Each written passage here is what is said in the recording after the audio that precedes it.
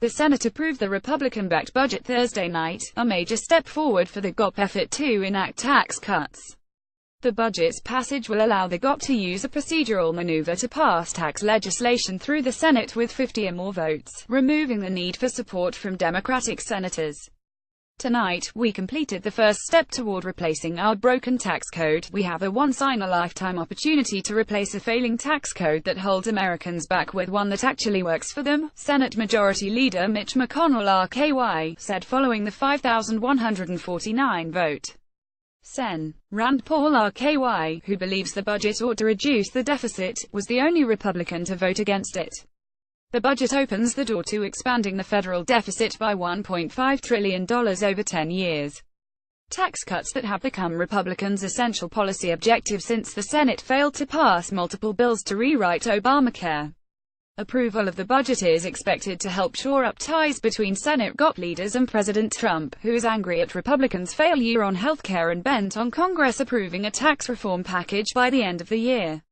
At the same time, by agreeing to the massive tax cut, Senate Republicans have officially moved the party far away from its promised goal of ensuring that the tax plan would not add to the deficit.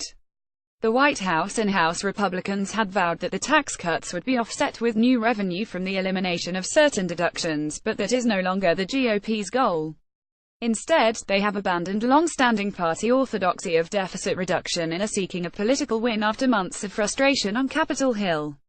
The White House, in a statement issued Thursday night, said Trump applauds the Senate for passing the budget resolution and taking an important step in advancing the administration's pro-growth and pro-jobs legislative agenda. The Senate approved an amendment Thursday night that paved the way for the House to adopt its version of the budget. This could eliminate the need for a conference committee, which might expedite consideration of tax reform by several weeks, according to a House GOP aide. I applaud the Senate for passing a budget, Speaker Paul Ryan RWIs said in a statement. This action keeps us on track to enacting historic tax reform that will mean more jobs, fairer taxes, and bigger paychecks for American families. We want Americans to wake up in the new year with a new tax code, one that is simple and fair. Political pressure is on the GOP leaders' side. Republicans cannot cut taxes without first passing the budget resolution, giving them a strong incentive to support it. Trump had projected confidence about the Senate's ability to approve a budget. I think we have the votes for the budget, which will be phase one of our massive tax cuts and reform, Trump said during a meeting with Puerto Rican Gov. Ricardo Rossello. But I think we'll be successful tonight with respect to the budget. I think we have the votes. And frankly, I think we have the votes for the tax cuts, which will follow fairly shortly thereafter. The vote came after just over 6 hours of amendment votes in which Democrats sought to call attention to controversial aspects of the GOP tax plan. Democrats had planned to focus on 4 key tax reform topics intended to make Republicans cast politically awkward votes: tax cuts for the wealthy, tax increases for the middle class, reductions to Medicare and Medicaid spending, and increases to the budget deficit. Sen. Heidi Heitkamp DND proposed an amendment to prevent tax increases on people making less than $250,000 a year.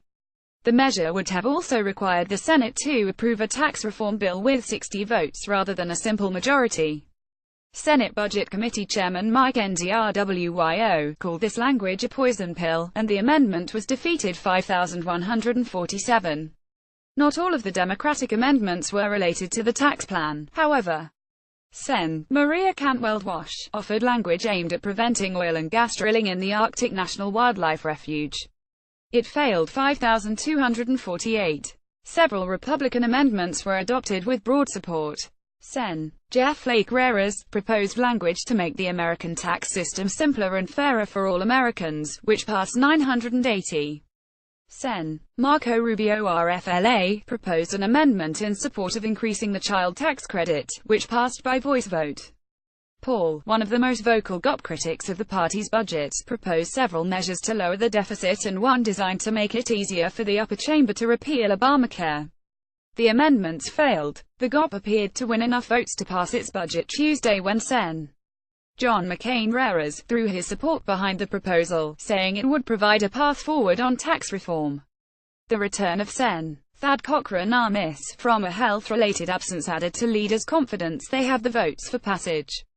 Republicans control 52 of the Senate's 100 seats, meaning they could lose 2 votes from their own party and still pass the budget.